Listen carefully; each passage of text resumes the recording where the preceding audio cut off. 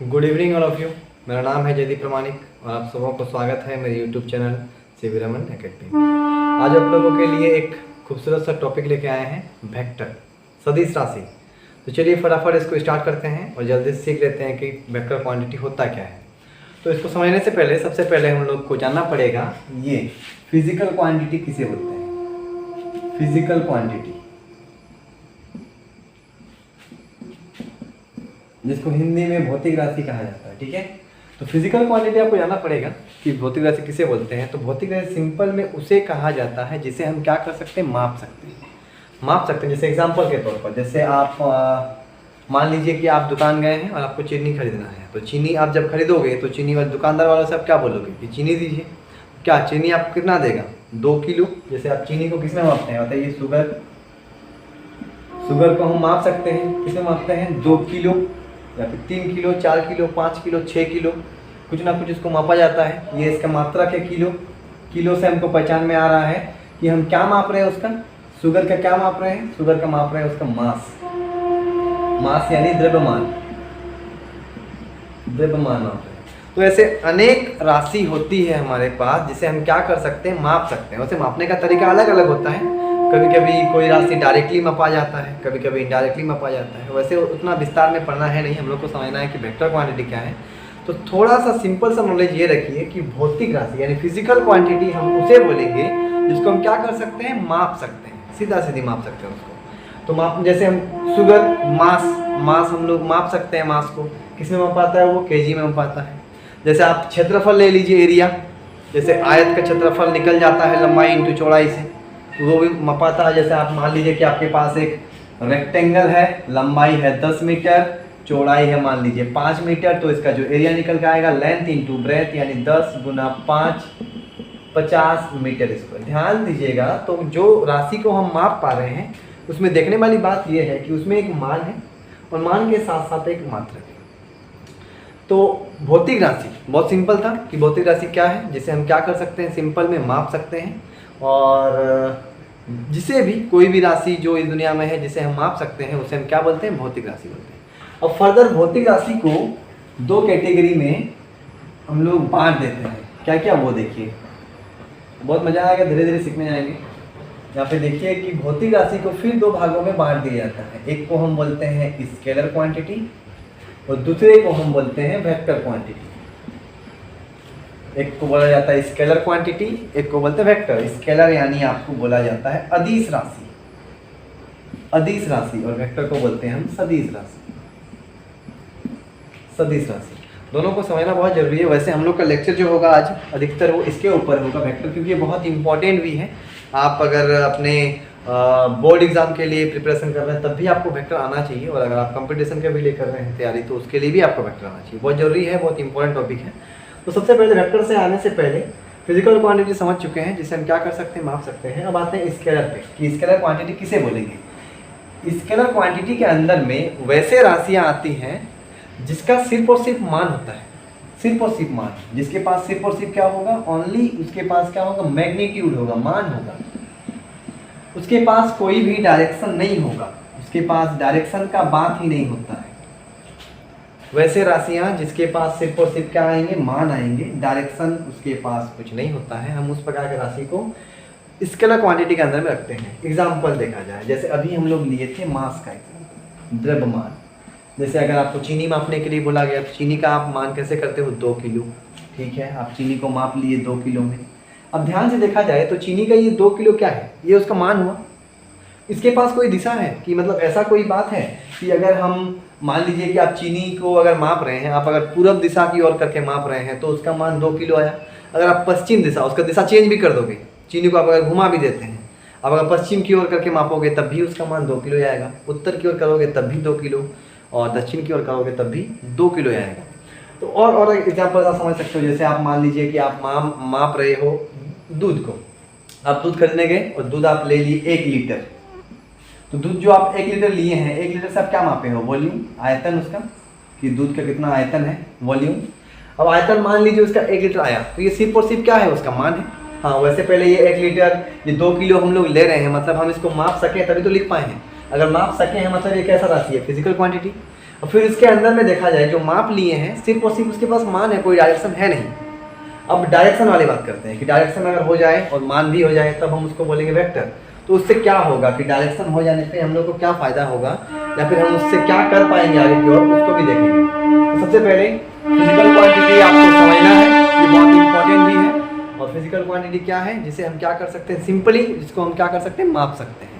मापने के बाद फिर से वो दो कैटेगरी में डिवाइड होगा, एक होगा स्केलर और एक होगा वेक्टर। स्केलर में सिर्फ और सिर्फ क्या आएगा, मान आएगा, उसके पास कोई डायरेक्शन नहीं होगा। हम ये सब देखिए, इसको उतना डीपली आपको नहीं करना है, थोड़ा थोड़ा है, ये सब आप लोग लोअर क्लास से ही पढ़ते आ रहे हो, इसलिए हम उसके ऊपर उतना नहीं बोल रहे हैं, आप लोग ये सब जानते होंगे। चलिए फिर आते हैं आप वेक्टर पे कि वेक्टर किसे बोलेंगे। तो वेक्टर उसे कहा जाता है, वैसे राशि को हम वेक्टर के अंदर में रखते हैं जिसके पास मैग्नीट्यूड तो होता ही है, मान होता ही है उसके पास कुछ ना कुछ मान जरूर होगा, प्लस उसके पास एक डायरेक्शन होता है, डायरेक्शन होता है, डायरेक्शन। अब डायरेक्शन ना बोल करके हम इसको अगर फिक्स डायरेक्शन बोलेंगे तो बढ़िया कि वैसे राशि जिसके पास मान तो होगा ही, साथ ही साथ उसके पास एक फिक्स्ड डायरेक्शन होगा। अब ये डायरेक्शन आ जाने से क्या होगा, थोड़ा देखो इसको, इफेक्ट तो देखिए आप पहले। एक काम करिए, हम यहाँ पे बता रहे हैं, जैसे मान लीजिए कि आप यहाँ पे एक बक्सा रखे हुए हैं, बॉक्स, ठीक है, ये एक बॉक्स है, इसका मान लीजिए कि इसका कुछ ना कुछ तो वेट होगा ही, मास होगा, द्रव्यमान है ना, और वेट तो होगा ही। तो मान लीजिए कि इस बॉक्स को एक आदमी क्या कर रहा है, इस प्रकार से एक आदमी इसको खींच रहा है ऐसे आगे की ओर, दो आदमी है, दो आदमी खींच रहा है उसको, इस बॉक्स को दो आदमी आगे की ओर खींच रहा है। अब खींच रहा है मतलब पक्का बल लगाया हो, तो बल को भी मापा जाता है फिजिक्स में, है ना, भौतिक राशि है वो भी एक। तो मान लीजिए कि पहला आदमी जो इसको ये खींच रहा है, मान लीजिए वो कितना बल लगाया, 10 न्यूटन। अब बल को किस में मापते हैं, न्यूटन में, है ना, न्यूटन में मापा जाता है। और एक आदमी क्या किया कि उस बॉक्स पे वो कितना बल से खींचा उसको, मान लो कि वो खींच लिया है, वो भी खींच चुका है 10 न्यूटन। दोनों, दो आदमी एक बॉक्स को खींच रहा है, एक आदमी ने उसके ऊपर बल लगा दिया 10 न्यूटन, इसने भी बल लगाया है 10 न्यूटन आगे की ओर। मान लीजिए, इमेजिन करिए कि ये आपके पास बॉक्स है, उसको दो आदमी आगे की ओर उधर खींच रहा है, सही है। अब हम बोलेंगे कि इस बॉक्स पे जो टोटल बल होगा वो कितना होगा, तो बहुत ही सिंपल है इसको बताना, कितना होगा, 10 + 10 यानी 20 होगा, 20 न्यूटन। इस बॉक्स पे कितना बल लग रहा है, 20 न्यूटन। एक काम करिए, अब किसी इन दो बल में से अगर हम एक बल का डायरेक्शन चेंज कर देते हैं, बोलने का मतलब यहाँ देखो, ये मान लो एक बॉक्स है, इसको एक आदमी आगे की ओर खींचा, कितना बल से, मान लो 10 न्यूटन, और एक आदमी उसको पीछे की ओर खींचा, कितना बल से, मान लो 10 न्यूटन। अब इमेजिन करो, थोड़ा सोचो और बताओ हमको, क्या ये बॉक्स आगे की ओर मतलब इधर ही लेगा या इधर ही लेगा? सोचोगे तो आपको लगेगा ये बॉक्स हिलेगा ही नहीं, ना तो आगे की ओर ना पीछे की ओर, वहीं रहेगा। वहीं क्यों रहा, हम तो बल लगा चुके थे, आगे की ओर भी 10 न्यूटन लगा है, पीछे की ओर भी 10 न्यूटन लगा है। देखने से क्या होगा, यहाँ पे मान तो है, बल का एक मान भी है, देखो बल एक मान है 10 न्यूटन, इधर भी मान लगा है कितना का, 10 न्यूटन। दिशा देखो, इस जगह में, पहली बार में दोनों बल सेम डायरेक्शन में लग रहा था। सेम डायरेक्शन में लगने के वजह से उसमें इफेक्ट भी अलग आया, कितना फोर्स आया था इसमें, टोटल 20 न्यूटन। यहाँ पे अगर आया है इस बॉक्स पे हम लोग बोलेंगे कितना बल है, 10 और 10 20, तो 20 न्यूटन का बल अगर इस बॉक्स पे लगा तो ये बॉक्स हिला क्यों नहीं? बल लगेगा तो उसको डिस्प्लेस तो करना चाहिए। किसी भी वस्तु के ऊपर हम फोर्स लगाएंगे, खींचेंगे तो आगे बढ़ेगा, पीछे जाएगा ये बॉक्स, ना तो आगे ना पीछे। क्यों ऐसा क्यों हुआ, इसका इफेक्ट चेंज क्यों हुआ? फोर्स तब यहाँ पे 20 न्यूटन का फोर्स लगा ही नहीं है। अब सोचो अगर ये बॉक्स नहीं हिल रहा है, मतलब पक्का यहाँ पे जो फोर्स लगा होगा वह कुछ नहीं लगा, जीरो न्यूटन का फोर्स है, यहाँ पे कुछ बल नहीं लगा।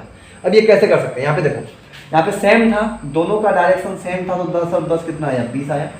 यहाँ पे दोनों का डायरेक्शन सेम है नहीं, अपोजिट है।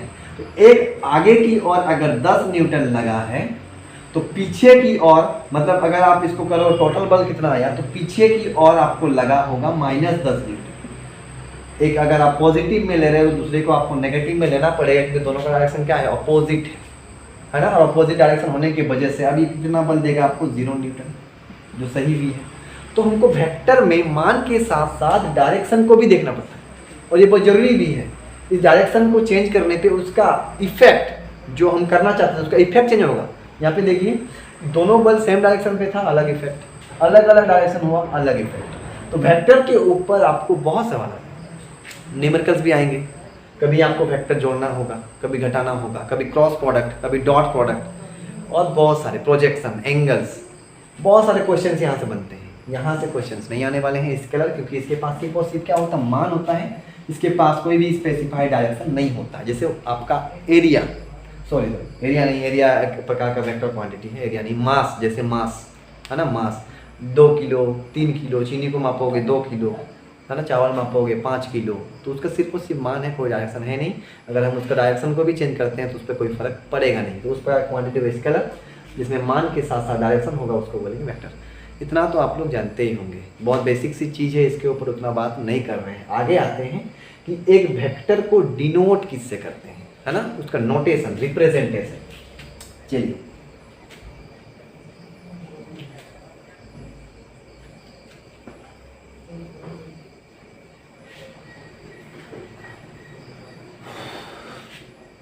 रिप्रेजेंटेशन है ना, नोटेशन ऑफ अ वेक्टर, या बोल लो रिप्रेजेंटेशन ऑफ अ वेक्टर।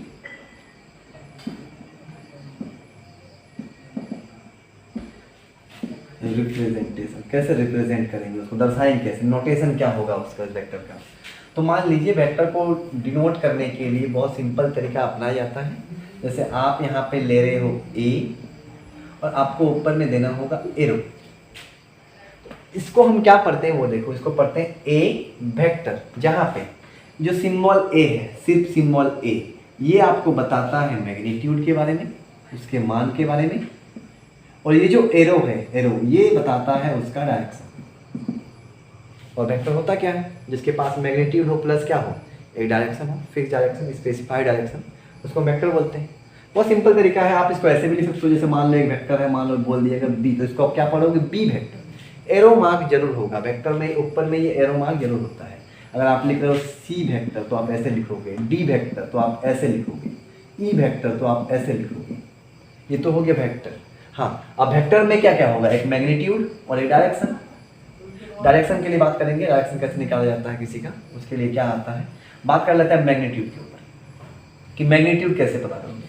इसके लिए फॉर्मूला भी होता है, वो भी बाद में देखेंगे हम। वैसे मैग्नीट्यूड को डिनोट किससे करते हैं, मैग्नीट्यूड के लिए भी एक सिंबल होता है। जैसे मान लो यहाँ पे लिखा हुआ ए वेक्टर है ना, इसको मिटाना है, ए वेक्टर, तो ए अगर वेक्टर है तो पक्का उसके पास कुछ ना कुछ मैग्नीट्यूड होगा। तो ए वेक्टर का मैग्नीट्यूड लिखने के लिए हम सिंबल यूज करते हैं ये मॉड ए वेक्टर। अगर आप ऐसा लिख दिए हैं मतलब आप किसका बात कर रहे हैं, वेक्टर ए का मैग्नीट्यूड। और इसको और एक तरीके से, या तो आप ऐसे लिखो या फिर सिर्फ और सिर्फ ए दे दो। हम बोले ना जो सिंबल होगा वो किसको दिखाएगा, मैग्नीट्यूड को। तो मैग्नीट्यूड दिखा सकते हैं आप इस मॉड से या फिर ए से, लेकिन या ध्यान से देखिएगा जब आप ए लिखोगे तो उसके ऊपर में एरो नहीं होना चाहिए, क्योंकि एरो ने तो डायरेक्शन भी देगा।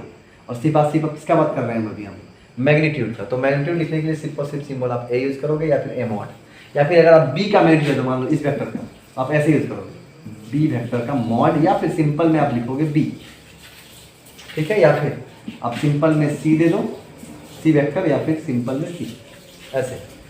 तो वेक्टर को डिनोट करने के लिए एक सिंबल होता है, सिंबल के ऊपर में क्या होता है, एरो, एरो बताता है डायरेक्शन, जो सिंबल है वो बताता है आपको मैग्नीट्यूड। उसको लिखने का और एक तरीका है, आप मॉड के सहायता से भी लिख सकते हो। अब बात करेंगे वेक्टर के कुछ मेन टाइप्स, जो जानना बहुत जरूरी है अगर आप वेक्टर के ऊपर अधिक नॉलेज बढ़ाना चाहते हैं तो। चलिए उसको भी सीख लेते हैं।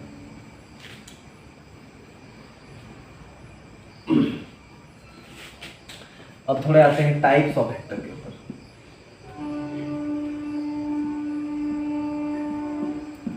टाइप्स ऑफ वेक्टर पहला नंबर पे पढ़ेंगे, पहला नंबर पे पढ़ लेते हैं जीरो वेक्टर। वेक्टर समझ रहे हैं ना, जिसके पास क्या होगा, एक मान, मैग्नीट्यूड और साथ में क्या होगा, डायरेक्शन। बात करते हैं कि जीरो वेक्टर किसे बोलते हैं। वैसा वेक्टर है तो मान भी होगा और डायरेक्शन भी होगा। तो जीरो वेक्टर उसे बोलते हैं जिसका मैग्नीट्यूड जो होता है वो बराबर होता है जीरो के। एग्जाम्पल के तौर पर मान लीजिए कि आपके पास एक बॉक्स है, ठीक है, और आपको इसको धकेलना है, जैसे मान लीजिए ये मार्कर, और क्या करना है, इसको आपको धकेलना। तो बल लगाओगे तो आपको धकेलना, बल लगाओगे तो बल के पास क्या होता है, डायरेक्शन होता है। आप अगर बल का डायरेक्शन चेंज करोगे तो उसका इफेक्ट भी क्या होगा, चेंज होगा। तो मान लो कि इस मार्कर को आपको आगे की ओर धकेल देना है, धकेलना है तो आप ऐसे बल लगाओगे। अब मान लो कि ये आप अगर आगे की ओर जा रहा है, मतलब पक्का आप कुछ ना कुछ बल लगाए हैं। अगर बल लगाए हैं तो उसका मान कभी भी जीरो नहीं होगा, और अगर जीरो नहीं होगा तो वो जीरो वेक्टर नहीं कहलाएगा। लेकिन सोच लीजिए कि ये मान लीजिए आप मार्कर है, अब आप क्या किए, अपने हाथ को यहाँ पे आकर रखे। अब आप क्या कर चुके हैं, आप बल अब लगाए नहीं है, अब बल लगाए नहीं, सोचिए इस बात को, इस कंडीशन को सोचिए कि इस पदार्थ पे, इस मार्कर पे आप बल लगाए नहीं है लेकिन दिशा दे चुके हैं। अब अगर आप बल लगाओगे तो दिशा किधर होगा, आगे की ओर, इधर बल लगेगा। तो उस समय जहाँ पे आप डायरेक्शन तो दे चुके हैं लेकिन बल आप अप्लाई किए नहीं हो अभी तक, इस पे आप बल लगाए नहीं है, मतलब अभी भी वो किस पे, रेस्ट पे ही है, आप इस पे अभी भी बल नहीं लगाए हो। अगर बल नहीं लगाए हो तो उस समय जब उसका मान जीरो होता है, लेकिन उसका डायरेक्शन है, ऐसा नहीं है कि जीरो वेक्टर डायरेक्शन नहीं है, आप डायरेक्शन दे चुके हैं कि बल आप उधर लगाओगे लेकिन बल अभी लगाए नहीं है, तो उस प्रकार के वेक्टर जिसका मान क्या आता है, जीरो आता है, तब हम उसको बोलते हैं जीरो वेक्टर। इसके बाद आता है जीरो वेक्टर के बाद दूसरा नंबर पे आते हैं, इसको बोलते हैं को इनिशियल वेक्टर। को इनिशियल, अब को इनिशियल वेक्टर किसे बोलते हैं, मान लीजिए कि आपके पास दो वेक्टर है, जैसे ये वेक्टर मान लीजिए कि ऐसे गया है, ऐसे कुछ ना कुछ मान होगा, इधर गया है मतलब यहाँ से यहाँ, यहाँ से यहाँ कुछ ना कुछ मान जरूर होगा, और डायरेक्शन भी इधर हो गया। मान लेते हैं इधर जो चला है ये वेक्टर है आपका ए वेक्टर, ए वेक्टर सिंपल में बोल दिए कि इधर जो चला है वो कौन सा वेक्टर, ए वेक्टर। और मान लीजिए यहाँ से और एक वेक्टर गया और इसको हम बोल दिए बी वेक्टर। ध्यान से देखिए यहाँ पे दो वेक्टर है, एक ए और एक बी। अगर देखा जाए इन दोनों का इनिशियल पॉइंट, हाँ एक बात बताना भूल गया था आपको कि अगर मान लीजिए आप वेक्टर लिए हैं, जैसे मान लीजिए यहाँ पे आप लिए हैं एक ए वेक्टर, ये मान लीजिए ए वेक्टर, तो ये अगर वेक्टर है तो ये जो पॉइंट जहाँ से वो स्टार्ट हुआ है, इधर चला है ना, जहाँ से स्टार्ट हुआ है उसको बोलते हैं हम इनिशियल पॉइंट, और जहाँ पे एंड हुआ, कहाँ एंड हुआ, इस जगह, तो इसको बोलेंगे हम फाइनल पॉइंट। Final point. अब ध्यान सही, इन दोनों वेक्टर का ध्यान से अगर देखा जाए तो दोनों का स्टार्टिंग कहाँ से हुआ, इस पॉइंट से, मतलब दोनों वेक्टर का इनिशियल पॉइंट क्या है, सेम है। ए वेक्टर ए का भी इनिशियल पॉइंट नाम दे देते हैं कि इस पॉइंट का नाम मान लीजिए ए के लिए, इस पॉइंट का नाम ए है, और ए से ए वेक्टर कहाँ तक चला, मान लीजिए बी तक चला। फिर बी वेक्टर कहाँ से स्टार्ट हुआ, ए से, और कहाँ तक चला, मान लीजिए सी तक चला। ध्यान से अगर देखा जाए दोनों वेक्टर, एक ए और एक बी, दोनों वेक्टर का जो इनिशियल पॉइंट है, इनिशियल पॉइंट कौन है, ए, दोनों के लिए, वेक्टर ए के लिए भी ए है और बी के लिए भी ए है। इस प्रकार का वेक्टर जहाँ पे दोनों का इनिशियल पॉइंट, मतलब जहाँ से वो स्टार्टिंग हो रहा है उन लोग का, जहाँ से उस वेक्टर का स्टार्टिंग हो रहा है, अगर वो समान हो जाए तो उस प्रकार के वेक्टर को हम क्या बोलते हैं, को इनिशियल वेक्टर। अब बात कर लेते हैं कोलिनियर। को इनिशियल के बाद आता है collinear vector. Collinear vector,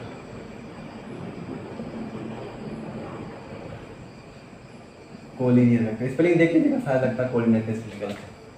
collinear vector, collinear vector किसे बोलते हैं, मान लीजिए आपके पास दो वेक्टर है, एक वेक्टर है ए इस प्रकार चला है और वेक्टर है ऐसा जो इस प्रकार चला है, ये मान लीजिए बी वेक्टर, ठीक है। और मान लीजिए और एक कंडीशन है, ऐसा तो लिए ही, और ये पहला कंडीशन मान लीजिए, दूसरा ऐसा भी हो सकता है कि मान लो एक वेक्टर चला है इधर से ए और एक चला है इधर से बी, ठीक है। ध्यान से देखिए, दोनों वेक्टर को ध्यान से देखिए, यहाँ पे ए वेक्टर और बी वेक्टर है ना, दोनों वेक्टर क्या आपस में पैरेलल है, समांतर है, पैरेलल पैरेलल पैरेलल समझते हैं ना, समांतर, जो दो रेखा समांतर जाए। तो मान लीजिए कि ये दोनों वेक्टर अगर पैरेलल है, ठीक है, इस कंडीशन में भी देखिए कि दोनों वेक्टर पैरेलल है, इस कंडीशन में भी देखिए कि दोनों वेक्टर क्या है, पैरेलल है, चाहे उन लोगों का डायरेक्शन सेम हो चाहे ना हो। यहाँ पे दोनों का डायरेक्शन सेम है, यहाँ पे डायरेक्शन सेम नहीं है, यहाँ पे डायरेक्शन नहीं है, किधर जा रहे थे इधर आ रहा है।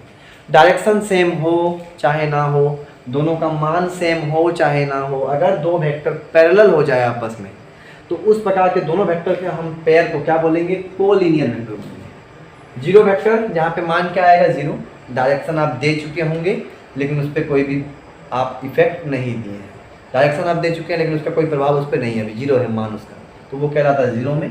को इनिशियल, जब दोनों या दो से अधिक वेक्टर का इनिशियल पॉइंट क्या हो जाए, सेम, तो को इनिशियल। और जब दो वेक्टर पैरेलल हो जाए, चाहे उसका मान समान हो, उन लोग का डायरेक्शन समान हो या ना हो, तो वो कहलाता है कोलिनियर वेक्टर। इसके बाद आते हैं कोलिनियर के बाद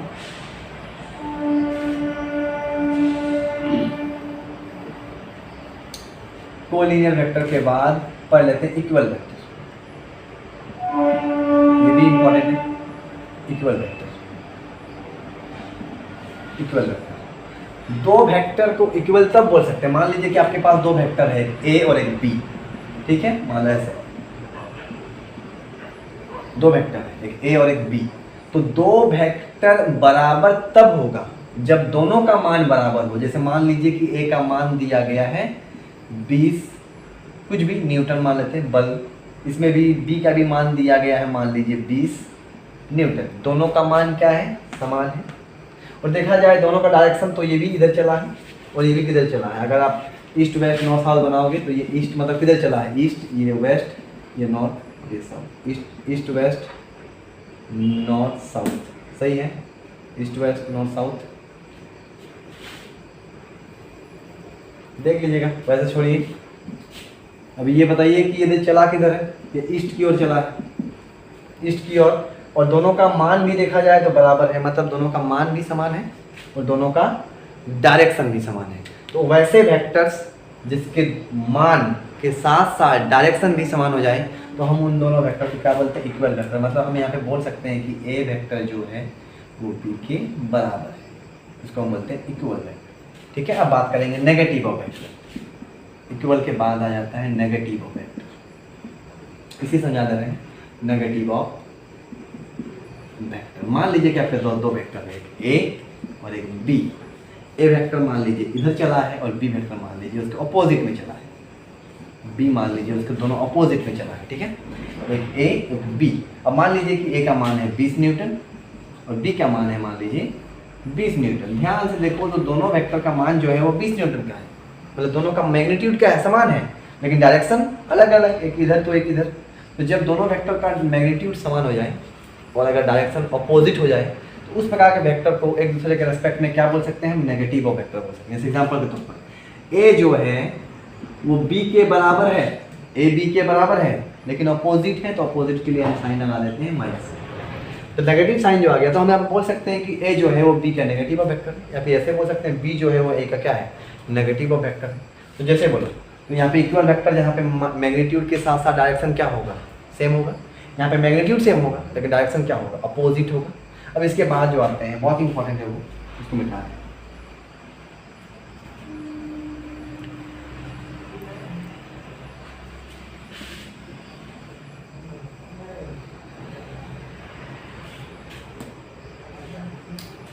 सबसे इम्पॉर्टेंट यहाँ से आपको क्वेश्चंस भी आते हैं ना, तो याद रखना इसका फॉर्मूला भी होता है एक यूनिट वेक्टर। यूनिट वेक्टर है ना, यूनिट वेक्टर। ये वैसे वेक्टर, वैसा वेक्टर है ना, वैसा वेक्टर जिसका मैग्नीट्यूड, जिसका मान, जिसका मैग्नीट्यूड 1 हो, जिसका मैग्नीट्यूड किसके बराबर हो, 1, मतलब यूनिट के बराबर हो, हम उसको बोलेंगे वेक्टर। वैसा वेक्टर जिसका मान कितना आए, 1 आए, यूनिट आए, उस प्रकार के वेक्टर को हम क्या बोलते हैं, यूनिट वेक्टर। और इसका सिंबल भी थोड़ा अलग है। जैसे मान लीजिए कि आपके पास एक वेक्टर है ए, क्या वेक्टर है ए, तो ए का जो यूनिट वेक्टर होगा, ए का जो यूनिट वेक्टर होगा वो होगा ए, पढ़ेंगे क्या इसको, कैप। ये क्या है, ए का वेक्टर है, और ये क्या है सिंबल, ये है ए का यूनिट वेक्टर। क्या पढ़ोगे इसको, ए कैप, इसको क्या पढ़ोगे, ए वेक्टर। मान लीजिए आपके पास है बी वेक्टर, तो बी का जो यूनिट वेक्टर होगा उसका सिंबल होगा बी कैप। मान लीजिए आपके पास सी वेक्टर है, तो सी का जो यूनिट वेक्टर होगा वो होगा आपका सी कैप, वो होगा आपका सी कैप। अब बात करते हैं कि ये यूनिट वेक्टर से क्या पता चलता है। तो यूनिट वेक्टर से बहुत सिंपल चीज़ है। मान लीजिए कि आपको मान पता है, मान लीजिए कि आपके पास मैग्नीट्यूड है, आपके पास मैग्नीट्यूड है, और अगर आप मैग्नीट्यूड के साथ उसके यूनिट वेक्टर को मल्टीप्लाई कर देंगे, बहुत इंपॉर्टेंट चीज बता रहे हैं, इसको याद रखना। अगर आप मैग्नीट्यूड के साथ उसके यूनिट वेक्टर को मल्टीपल कर देंगे तो वो आपको बता के देगा उसके वेक्टर के बारे में। मतलब किसी के मान के साथ अगर आप उसका यूनिट वेक्टर को गुना कर देते हैं तो वो क्या देता है, आपको उस वेक्टर का जानकारी देता है।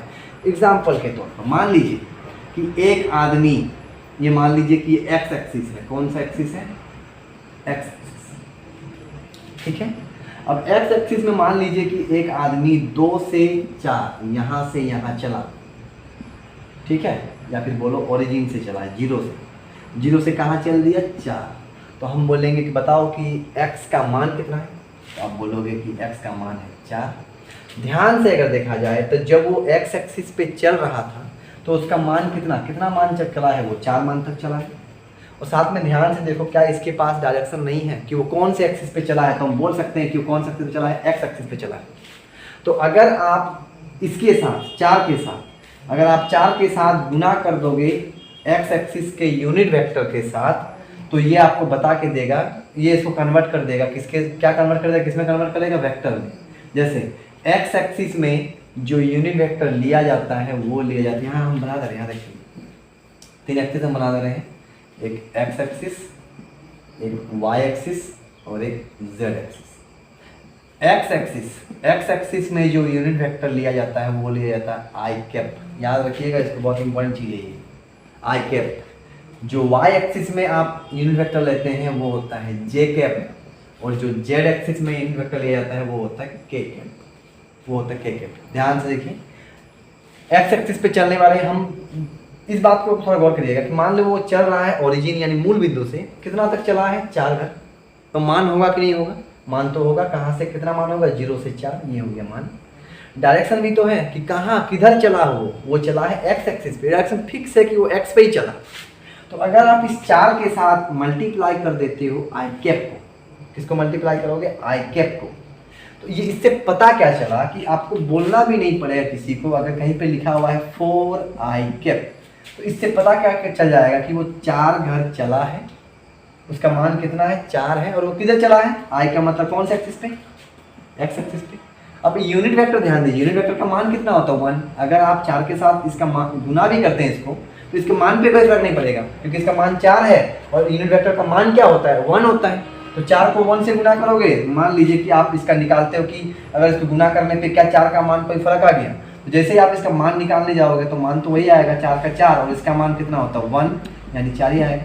तो मान पे कोई फर्क नहीं पड़ा उसका, किसमें फर्क पड़ गया, क्या चीज़ फिर आ गया, इससे हम लोग को मिल गया डायरेक्शन। जैसे हम अगर लिख देंगे 5J, यहीं पे लिखा हुआ 5J, मतलब ये जो 5 मान लिखा हुआ है ये तो मान है, ये जो मैग्नीट्यूड लिखा हुआ है ये किधर चला है, इसका डायरेक्शन किधर है, तो J किधर लेते हैं हम लोग, Y पे, मतलब ये जो मैग्नीट्यूड 5 दिया गया है ये कौन से एक्सिस पे चला गया है, ये Y एक्सिस पे। अगर कहीं पे लिखा रहेगा मान लीजिए 6 के मतलब 6, ये जो मान है ये किधर है, ये मान 6, इसका दिशा किधर है, इसका दिशा Z में।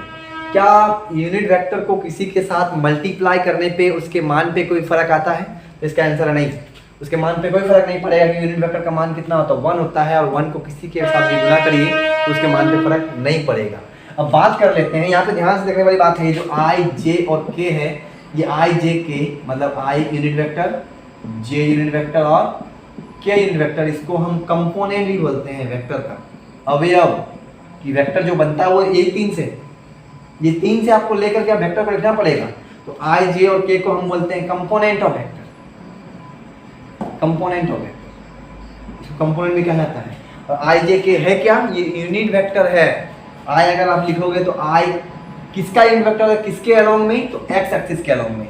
अगर J बोलेंगे तो J यूनिट वेक्टर है किसके अलोंग में, y एक्सिस के अलोंग में। और अगर बोलेंगे k क्या है, तो k भी एक यूनिट वेक्टर है किसके अलोंग में, z एक्सिस के अलोंग में। क्या I J और k से हम लोग को कुछ मदद मिल रहा है, बहुत मदद मिलेगा। I J और k से आपको इस बात का पता चलेगा कि कोई भी वेक्टर जो किसी पे एक्ट हो रहा है उस पे x एक्सिस पे कितना मान चला गया है, y पे कितना चला गया है, और z का पहचान पाओगे। मान लीजिए कि आपको एक वेक्टर दिया गया, वैसे वेक्टर को लिखने का तरीका होता है वो सिखा लेते हैं, पहले उसके बाद ही बात करेंगे। तो सबसे पहले हम चल के आ रहे थे यूनिट वेक्टर ना। अब यूनिट वेक्टर का फॉर्मूला कैसे आएगा वो भी देख लीजिए आप, फॉर्मूला कैसे आएगा, इसको मिटा रहे हैं, इसका फॉर्मूला भी आएगा बढ़िया से बनेगा।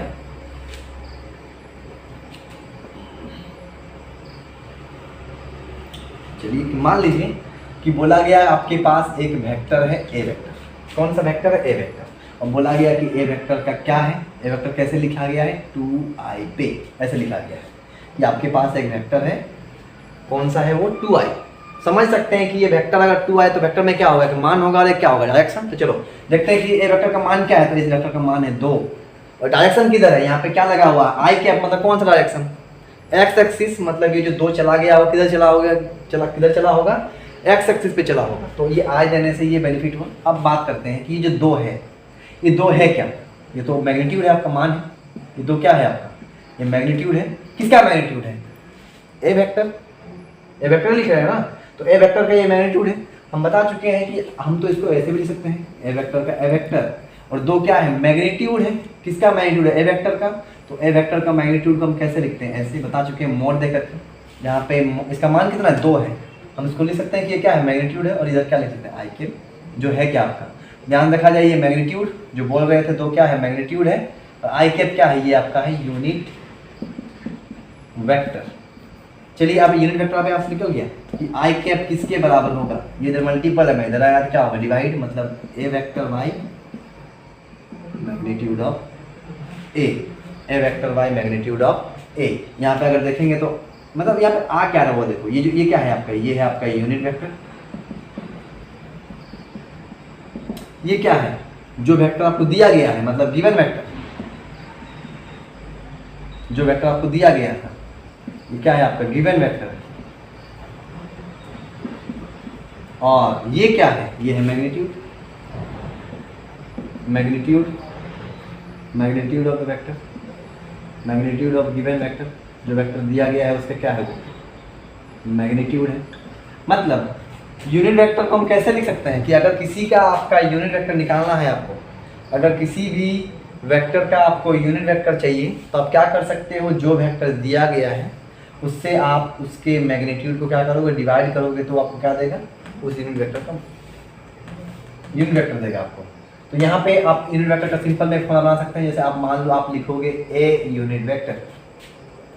आप अगर ये क्या है? Unit vector. यूनिट वेक्टर का फॉर्मूला क्या होता है? Given vector. तो ए का ये यूनिट वेक्टर कहाँ से आया है? गिवन क्या होगा? ए वेक्टर, और इसका मैग्नीट्यूड क्या होगा? ए मैग्नीट्यूड, यही तो होगा। इसके बाद अब मान लो कि आपके पास एक मान लो आप लिखोगे बी यूनिट वेक्टर। तो बी यूनिट वेक्टर ये कहाँ से आया होगा? बी वेक्टर से। ये गिवन होगा आपके पास, और इसका मैग्नीट्यूड क्या होगा? बी मैग्नीट्यूड, ऐसे होगा। तो ये बहुत सिंपल तरीका है यूनिट वेक्टर को निकालने का। ये फॉर्मूला याद रखिए, ये वाला। यूनिट वेक्टर का जो फॉर्मूला होता है वो होता है given vector by magnitude of given vector, है ना। यूनिट वेक्टर का फॉर्मूला होता है। यूनिट वेक्टर से पता क्या चलता है? क्या उसको किसी के साथ गुना करने पर उसके मान पे फर्क आएगा? आंसर नहीं। यूनिट वेक्टर को किसी से गुना करने पर उसका डायरेक्शन का पता चल जाता है। तो यूनिट वेक्टर बहुत इंपॉर्टेंट है। इसको निकालने के लिए फॉर्मूला भी होता है, जिसका आपको यूनिट वेक्टर निकालने बोला जाएगा। उसको आपको क्या करना है? उसके गिवन वेक्टर को ऊपर देना है, नीचे में क्या देना है? मैग्नीट्यूड। अब बात करेंगे कि वेक्टर लिखा कैसे जाए, how to write a vector. चलो पहले उसको भी देख लेते हैं, how to write a vector, कि एक वेक्टर लिखे कैसे। जैसे एग्जाम्पल के तौर पर ये हम आपको एक कोऑर्डिनेट के माध्यम से समझाएंगे इसको। How to write a vector.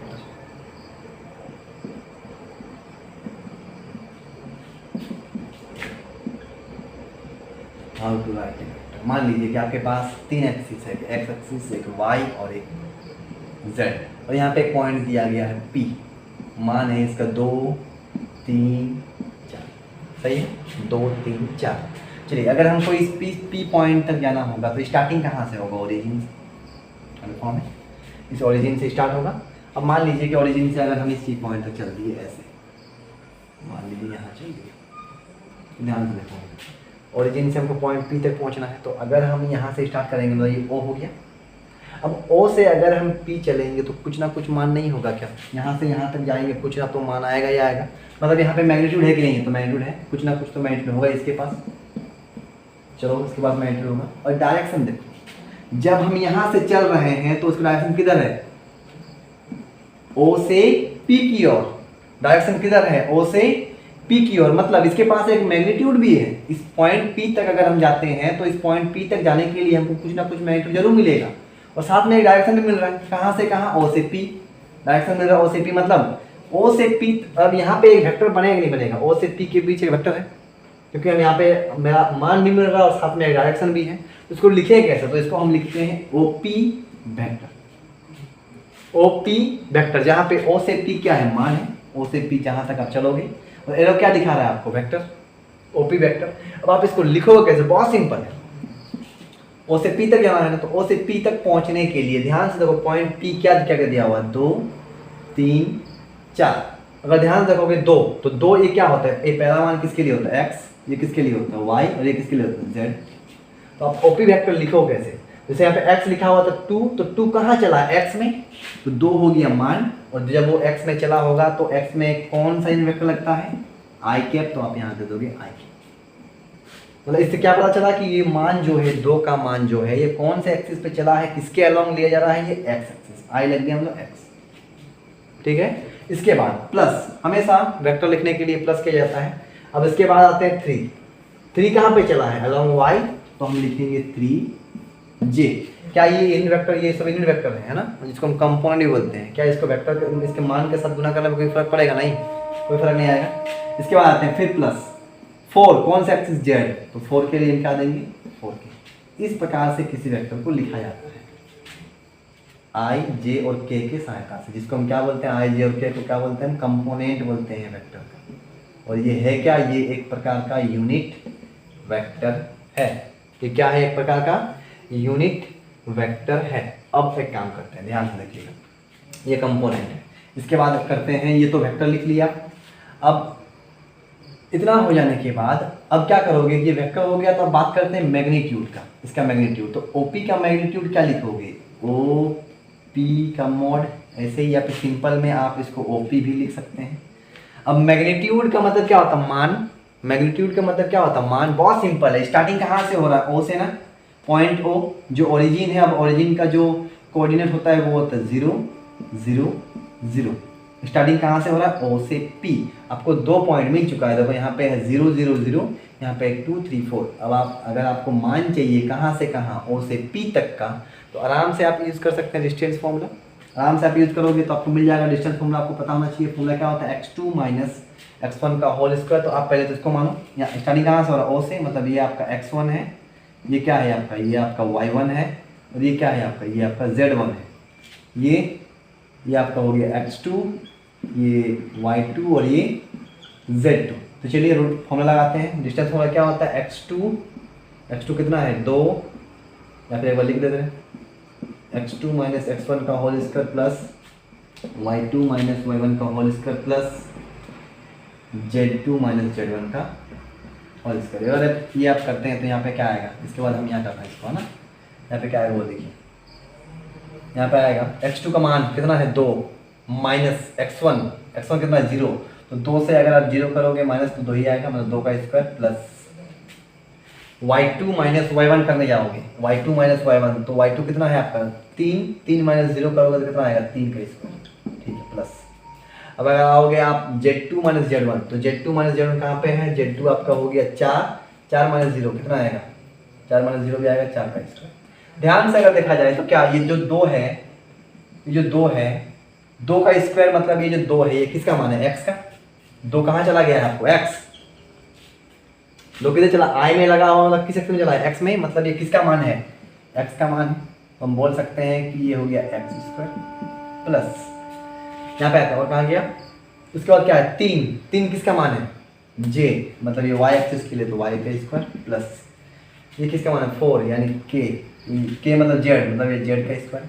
तो सिंपल में क्या होगा कि आप किसी का भी अगर मैग्नीट्यूड निकालोगे सिंपल में, तो ये फॉर्मूला निकल के आएगा, ओपी वेक्टर का जो मान होगा वो होगा √x square plus y square plus z square. Example के तौर पर चलो इसको सीखते हैं। मान लीजिए कि आपके पास एक वेक्टर लिखा गया है, ए वेक्टर कितना दिया गया है 1i plus 2j plus 3k, और बोला गया कि आप फाइंड करो ए मॉड, ये आपको फाइंड करने बोला गया। तो बहुत सिंपल है फॉर्मूला, क्या बोले, किसी का भी मैग्नीट्यूड निकालोगे तो उसका फॉर्मूला होता है √x square plus y square plus z square. तो चलिए x square plus y square plus z square से क्या निकल के आएगा x। चलो x का मान i से देखोगे, i बताता है x का मान कितना है 1 है, 1 का स्क्वायर प्लस y का मान j बताएगा 2 है तो 2 का स्क्वायर प्लस k, z का मान कौन देगा k, तो 3 है तो 3 का स्क्वायर। अब कर लो, जो आया वही इसका मान होगा, कितना आएगा 1 का स्क्वायर 1 प्लस 4 प्लस 9 9 1 10 से 14 √14। तो ये जो वेक्टर है ए वेक्टर, इसका मैग्नीट्यूड कितना है, ये √14। और ये √14 आने के लिए उसको चलना कैसे पड़ा होगा, x एक्सिस में 1 घर, y एक्सिस में 2 घर, z एक्सिस में 3 घर। सिंपल हुआ। आप क्या क्या सीख गए, वेक्टर को लिखना सीख गए। वेक्टर को लिखने के लिए आई जे केप के सहायता से बीच में क्या लगाते हैं, प्लस लगाते हैं। ये नोटेशन है, लिखने का तरीका है वेक्टर को। और मैग्नीट्यूड निकालने का फॉर्मूला क्या होता है, root under X square plus Y square plus Z square. इतना हो चुका है। यूनिट वेक्टर पढ़ चुके हैं। यूनिट वेक्टर का फॉर्मूला क्या होता है, given vector by magnitude of vector. तो कुछ यूनिट वेक्टर आप निकाल लीजिए, कुछ यूनिट वेक्टर आप निकाल लीजिए।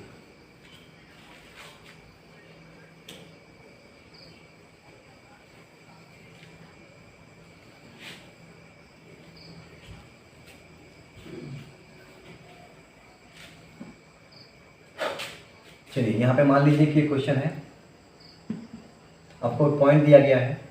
मान लीजिए आपके पास एक पॉइंट है P, और इस पॉइंट P का कोऑर्डिनेट दे दिया गया है आपको -2 या फिर रहने दीजिए 3, 1, 4। ये पॉइंट है P 3, 1 और 4। वो बोला गया पॉइंट P से बनने वाले वेक्टर के लिए आप क्या निकालो, यूनिट वेक्टर निकालो। तो सबसे पहले ये अगर पॉइंट P दिया गया तो आप देख रहे हैं 3 एक्सिस पे है, 3 एक्सिस से होगा, ये होगा आपका मिड पॉइंट O। इसमें कोऑर्डिनेट कितना होगा 0, 0, 0। पॉइंट P है 3, 4 है, कहीं मान लीजिए इसी में होगा, सब पॉजिटिव में है तो इधर ही होगा। मान लेते हैं पॉइंट P है 3, 1 और 4। अब अगर आपको पॉइंट P तक चलना था, ऐसे चलना होगा आपको, ऐसे O से P। तो O से P तक जब आप चलोगे तो उसका कुछ ना कुछ तो मान जरूर होगा, और साथ में डायरेक्शन भी है, कहाँ से कहाँ, O से P। तो पॉइंट P से जो बनने वाला वेक्टर होगा वो क्या कहलाएगा, OP वेक्टर। हाँ, और एक बात जरूर याद रखिएगा, अगर कोई वेक्टर ओरिजिन से स्टार्ट हो रहा है, ये कहाँ से स्टार्ट हो रहा है, ओरिजिन से, तो उस प्रकार के वेक्टर को हम बोलते हैं पोजीशन वेक्टर। ये भी याद रखना है, क्या बोलते हैं उसको, पोजीशन वेक्टर। अब मान लीजिए OP बन गया, तो OP आपको लिखना है, ये वेक्टर लिखो कैसे, तो बहुत सिंपल है। पॉइंट क्या दिया हुआ 3, 1 और 4। 3 किसके लिए, x के लिए, तो 3x के लिए कौन सा यूनिट वेक्टर दोगे आप, I प्लस 1 किसके लिए होता है, y के लिए, तो y के लिए आप क्या दोगे 1j प्लस 4 किसके लिए, z, तो 4k। ये बन चुका आपका वेक्टर। अब आपको निकालना क्या है, मान लीजिए अब आपको निकालना है यूनिट वेक्टर ना, हम बोले कि इसका यूनिट वेक्टर निकालो। तो सबसे पहले यूनिट वेक्टर के लिए आप निकाल लो मैग्नीट्यूड। ये तो पहला काम हो गया। दूसरा में आप निकालो इसका मैग्नीट्यूड, OP का मैग्नीट्यूड। फॉर्मूला क्या होता है, root under X square plus Y square plus Z square. X कितना है 3 का स्क्वायर, वाई कितना है 1 का स्क्वायर, और जेड का मान कितना है 4, तो 4 का स्क्वायर। कितना आएगा, इसमें आएगा आपका 9 प्लस 1 प्लस 8 यानी रूट 18। ये हो गया इसका मैग्नीट्यूड। अब बोलेगा इसका यूनिट वेक्टर, तो यूनिट वेक्टर का डिनोशन क्या होगा, वो होता है OP में कैप। एक तो यूनिट वेक्टर फॉर्मूला डिनोशन OP में कैप। इसके बाद यूनिट वेक्टर का फॉर्मूला क्या बोले कि यूनिट वेक्टर फॉर्मूला, तो गिवन वेक्टर, तो कौन सा वेक्टर दिया गया है, OP, ये वेक्टर है आपके पास। और उसके बाद डिवाइड उसका मैग्नीट्यूड, ये है आपका मैग्नीट्यूड, OP मैग्नीट्यूड।